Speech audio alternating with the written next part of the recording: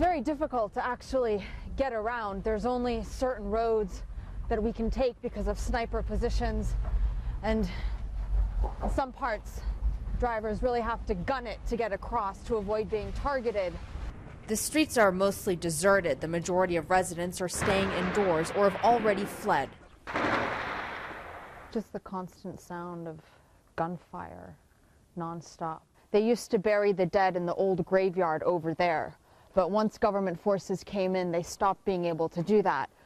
And this again is another position where we can't actually move out into the road because once again you're exposed to sniper positions that are just around the corner on the other side of those buildings. We come across some members of the Free Syrian Army who take us around. This is another spot that apparently we can also see the government tank positions from. If you look up here through this hole in the wall, just to the right, up against the wall of the building, you can see one of the tank positions that they have set up.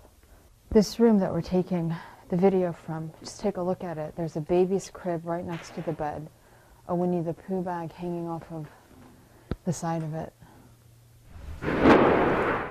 In a lot of these homes, it looks as if the families just fled in a panic.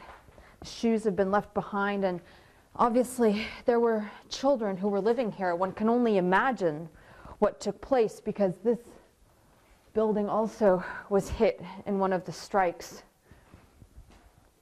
The personal belongings are all still inside. We're going through this hole in the wall right now because it's safer.